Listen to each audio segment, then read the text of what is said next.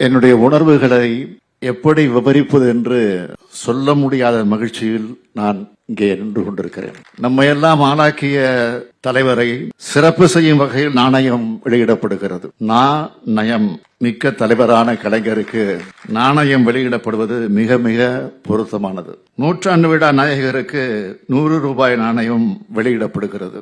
இதுவரை நாம் கொண்டாடினோம். இதோ இந்தியாவே கொண்டாடுகிறது என்பதன் அடையாளம் தான் இந்த விழா. இதுபோன்ற எத்தனையோ சிறப்புகளுக்கு தகுதியானவர் தான் நம்முடைய தலைவர் கலைஞர் அவர்கள். உலகம் என்று ஒப்புக்கொண்டிருக்கக்கூடிய உண்மை.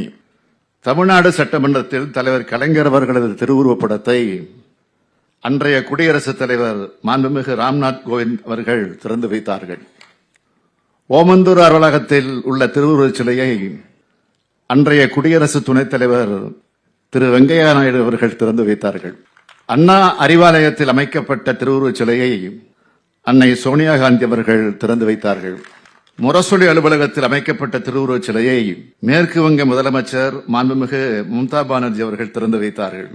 இன்று தமிழக தலைவர் கலைஞர் அவர்களின் நாணயத்தை நமது நாட்டின் பாதுகாப்புத்துறை அமைச்சர் ராஜ்நாத் சிங் அவர்கள் வெளியிட வருகிறார்கள். இந்திய ஜனநாயகத்தின் பாதுகாவல் அரணாக இருந்த தலைவர் கலைஞர் அவர்களின் உருவந்தாங்கிய நாணயத்தை வெளியிட இந்திய நாட்டின் பாதுகாப்புத்துறை அமைச்சர் வந்திருப்பது மிக மிக மிக மிக பொருத்தமானதுதான். 80 ஆண்டு காலம் பொது வாழ்க்கையில் இயங்கி அதில் அரை நூற்றாண்டு காலம் தமிழ்நாட்டின் திசையை தீர்மானித்த தலைவர் கலைஞருக்கு இந்தியாவே வருகை தந்து சிறப்பித்திருக்கிறது என்றுதான் சொல்ல வேண்டும். தலைவர் கலைஞர் நிறைவடைந்த நாள் முதல் நாள்தோறும் அவர் புகழைத்தான் போற்றிக் கொண்டிருக்கிறோம். கடந்த ஓராண்டு காலமாக அவரது 100ஆண்டை முன்னிட்டு அவரது சாதனைகளை சொல்லும் பல்வேறு நிகழ்ச்சிகளை நடத்தினோம். தலைவர் கலைஞரை போற்றும் விதமாக பல்வேறு திட்டங்களை செயல்படுத்தினோம்.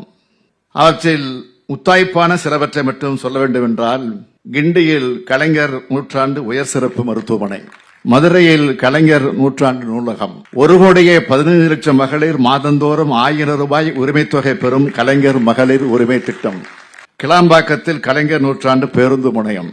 இந்த பெருமைக்கெல்லாம் மகுடமாக இன்று கலைஞர் உருவம் தாங்கிய நாணயம் வெளியிடப்படுகிறது.